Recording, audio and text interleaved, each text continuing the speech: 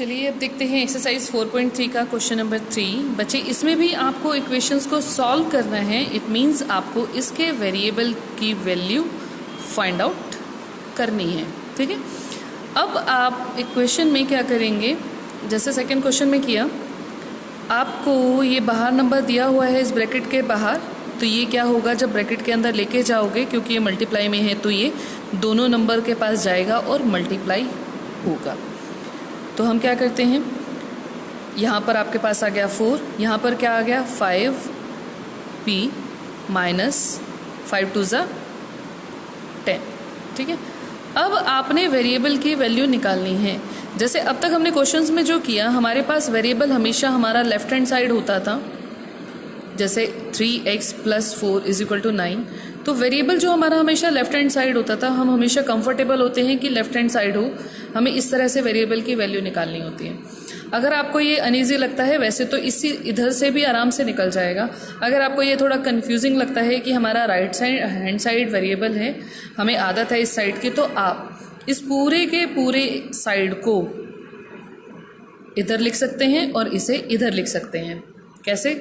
जैसे ये पूरी साइड मैंने राइट हैंड साइड उठा करके इधर लिख दी और लेफ्ट हैंड साइड को उधर लिख दिया, और साथ में लिख देंगे और, कि इसे ऐसे भी लिख सकते हैं। इसका रीज़न क्या है लिखने का, कि जैसे आप एक तराजू की बात करते हैं, जैसे आपके पास एक तराजू है, तराजू में सामान अगर दोनों साइड बराबर है, आपके 2 किलो का सामान इधर है, 2 किलो का इधर है, तो आप इधर का पॉलीथीन उठा करके इधर रख दो, 2 किलो का इधर रख दो, रहेगा तो तराजू बराबर ही ना, कोई इधर उधर तो नहीं हो जाएगा। तो सेम ये है कि दोनों साइड बराबर है, चाहे आप वेट को उठा के इधर कर दो और इधर वाले को उधर कर दो, पर तराजू तो बराबर ही रहेगा।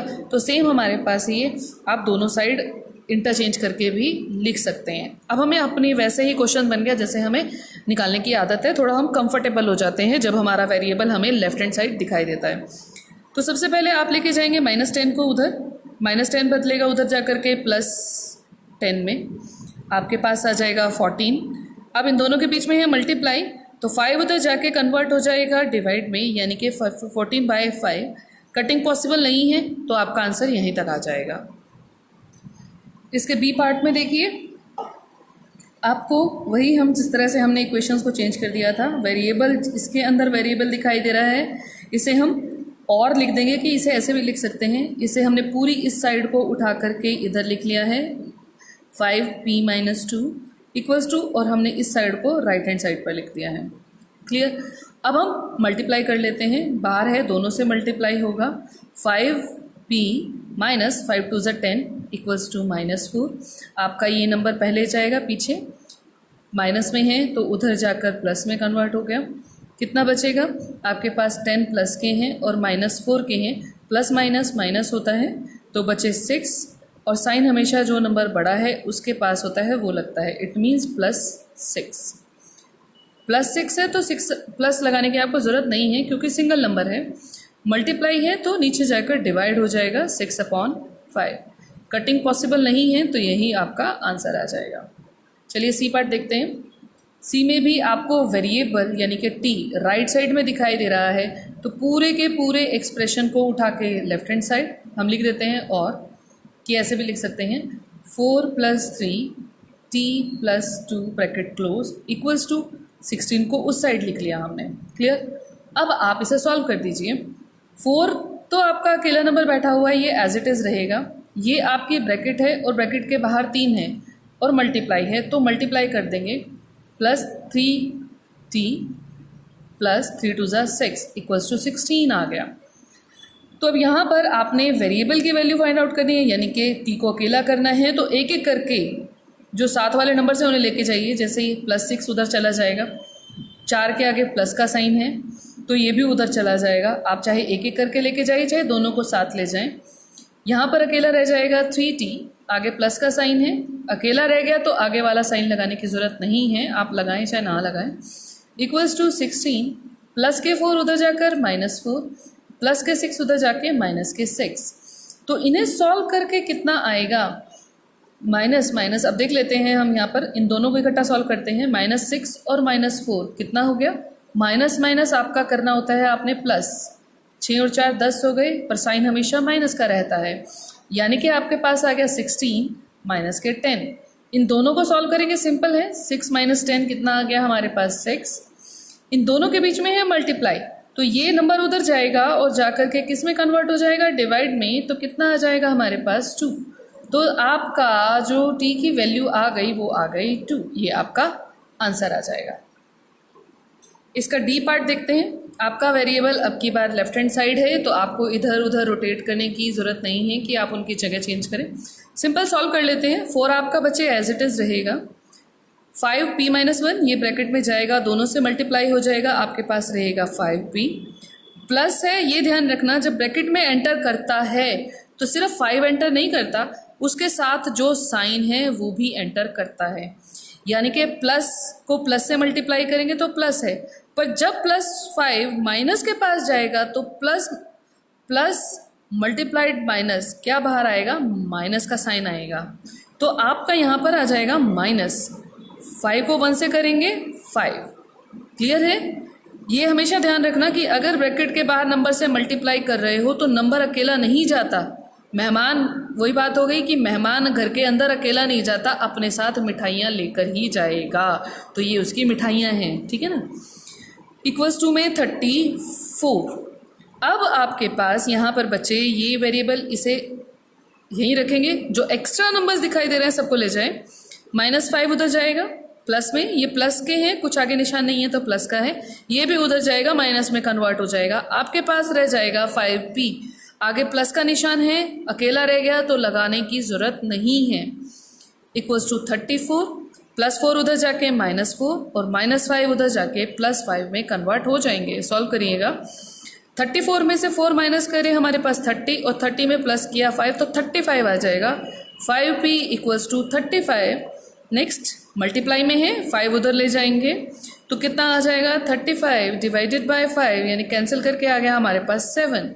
तो आपके पास p की वैल्यू आ जाएगी 7। क्लियर? लास्ट पार्ट देखते हैं थर्ड का। अब की बार हमें फिर से वेरिएबल जो m है वो राइट साइड में दिखाई दे रहा है, तो इसको हम इधर लिख लेंगे और लेफ्ट को हम राइट में लिख लेंगे। और लिख लेंगे कि हम इसे ऐसे भी लिख सकते हैं, 16 + 4 m - 6 ब्रैकेट क्लोज = 0।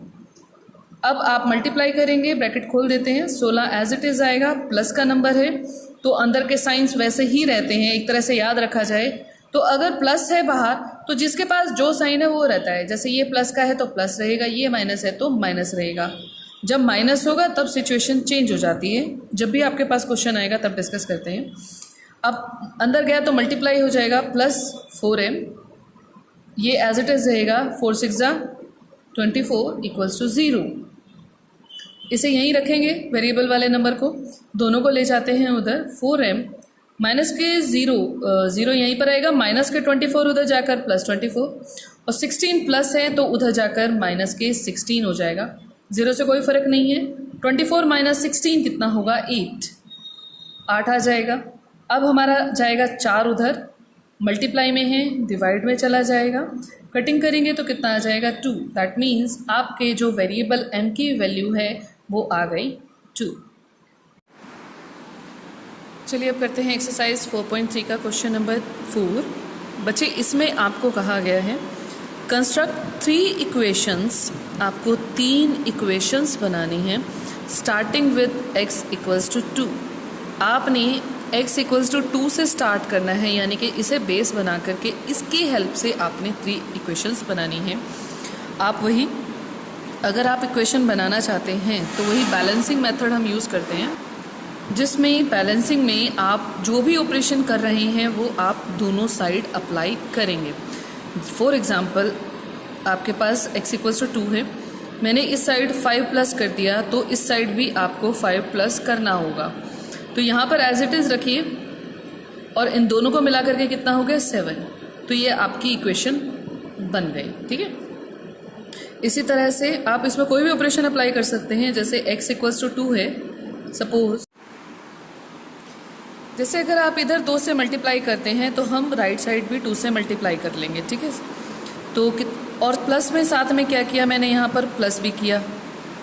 प्लस किसे कर दिया मैंने, 5। तो आपको इधर भी साइड उसी स्टेप पर आपको +5 भी करना है। तो क्या आ जाएगा 2x + 5, इन दोनों को पहले मल्टीप्लाई करेंगे, 2 × 2 = 4 + 5 मीन्स 9 आ जाएगा। तो आपके पास इक्वेशन बन जाएगी 2x + 5 = 9। ठीक है, इसी तरह से आप तीसरी इक्वेशन भी कुछ भी ऐसे ही ऑपरेशन लगा के आप बना सकते हैं। स्टार्ट करना है x = 2 से। सपोज़ यहाँ पर मैंने 4/5 से मल्टीप्लाई कर दिया, इसे मल्टीप्लाई किया है तो राइट हैंड साइड भी 4 × 5 करते हैं। कितना आ जाएगा 4/5x, और यहाँ पर आ जाएगा 4 × 2 = 8/x। और क्या करते हैं, मान लीजिए -3 किया तो साइड भी, राइट साइड भी आपको -3 करना होगा। ये थोड़ी सी डिफ़िकल्ट इक्वेशन बन गई, क्योंकि यहाँ पर आपको इसे सॉल्व करके लिखना होगा। आपको यहाँ पर अपॉन में, क्योंकि नंबर है तो सॉल्व करके लिखिए, या फिर आप यहाँ तक भी छोड़ सकते हैं, वो भी राइट होता है। 4/5 x - 3, इन दोनों को अगर सॉल्व करेंगे तो क्या आ जाएगा, आपको एलसीएम लेना पड़ेगा। 5 और 1 का एलसीएम आ जाएगा 5, मीन्स इन दोनों का बेस आपने 5 बना दिया है।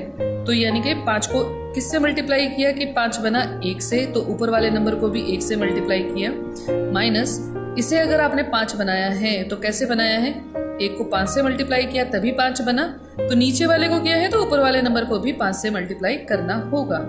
8 × 1 = 8 -3 × 5 = 15/5। सॉल्व करके आ गया हमारे पास -7/5।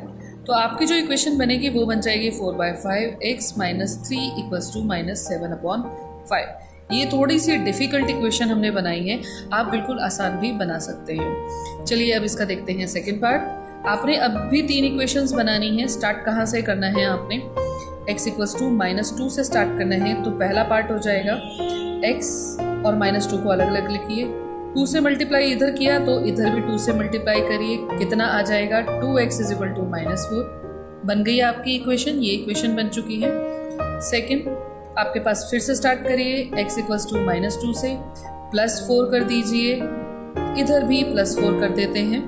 तो ये वाली साइड एज इट इज़ रखिए, x + 4। इधर वाली साइड को सॉल्व करेंगे, प्लस के 4 है, माइनस के 2, प्लस माइनस माइनस है, और साइन जो बड़ा नंबर है यानी कि प्लस का आएगा, +2, प्लस लगाने की ज़रूरत नहीं है।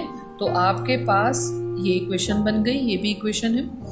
और एक और एग्जांपल ले लेते हैं, थोड़ा सा और डिफ़िकल्ट बनाते हैं इक्वेशन को।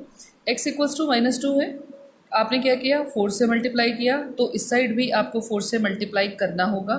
आपके पास आ जाएगा 4x = -8। फर्दर इसमें नेक्स्ट स्टेप में आप +5 करते हैं, तो इस साइड भी +5 करिए। आपके पास लेफ्ट हैंड साइड में आ गया 4x + 5, और इन्हें सॉल्व करके -3। तो ये भी आपकी इक्वेशन बन जाएगी। तो इस तरह से आप कोई भी ऑपरेशन जो लगा रहे हैं उस तो आपको लेफ्ट हैंड साइड में भी लगाना है, और वही वाला ऑपरेशन राइट हैंड साइड भी लगाना है, ताकि बैलेंसिंग बनी रहे, और उसकी हेल्प से आप इन इक्वेशंस को बना सकते हैं। आप चाहे जितनी मर्जी इक्वेशंस बनाना चाहें तो बना सकते हैं। बाकी फर्दर एक आपको और स्टेप बता देती हूँ, एक चीज़ और, कि ये जो आपको दिया गया है जैसे x = 2, वो इन सारी इक्वेशन का सॉल्यूशन है। सॉल्यूशन का मतलब क्या है कि अगर आप इनको सॉल्व करोगे तो आपको यही मिलेगा। अगर आप चेक करना चाहते हैं तो रफली चेक करके देख सकते हैं। जैसे आपके पास इक्वेशन है x + 5 = 7, तो उधर लेके जाएंगे +5 को, कितना आ जाएगा 7 - 5, कितनी वैल्यू आ गई 2। तो घूम फिर करके आप यदि सॉल्यूशन निकालेंगे तो यही आंसर आपके पास आएगा जहाँ से आपने स्टार्ट किया था। Please like and subscribe my channel Home Tuitions.